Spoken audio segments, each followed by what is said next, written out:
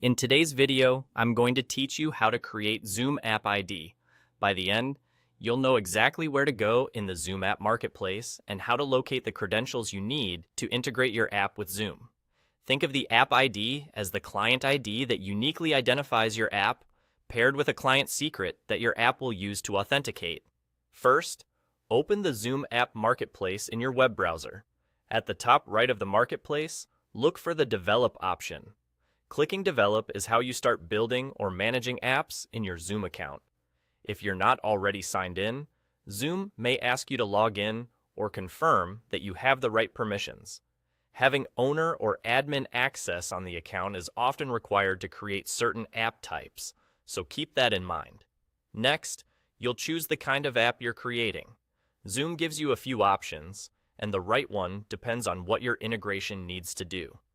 A general app, often called an oauth app, is the standard choice if your application needs to request permissions and act on behalf of a user or an account. An SSO app is intended for single sign-on scenarios where you're integrating identity and access with your organization's provider.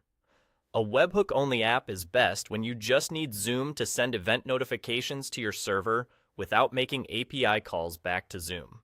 Pick the option that matches your use case so you get the correct credentials and settings later. Once you've made your selection, click Create. Zoom will set up the basic framework for your app and take you into the app's dashboard. This dashboard is your control center for configuration, scopes, and publishing details as you continue building. At the top left of the app's dashboard, you'll see a section labeled App Credentials. This is where Zoom displays your client ID and your client secret. The client ID functions as your Zoom App ID. This is the identifier you'll reference in your integration or when configuring oauth. The client secret should be treated like a password. Do not share it publicly, do not hard-code it in client-side code, and store it securely using environment variables or a secret manager. If you ever think it's been exposed, regenerate it from the same dashboard. That's it. You've navigated to the Zoom App Marketplace, opened the Develop menu, selected the right app type, created the app, and found the credentials you need. With your client ID and client secret in hand, you're ready to continue configuring scopes, redirect URLs, and other settings specific to your integration when you're ready.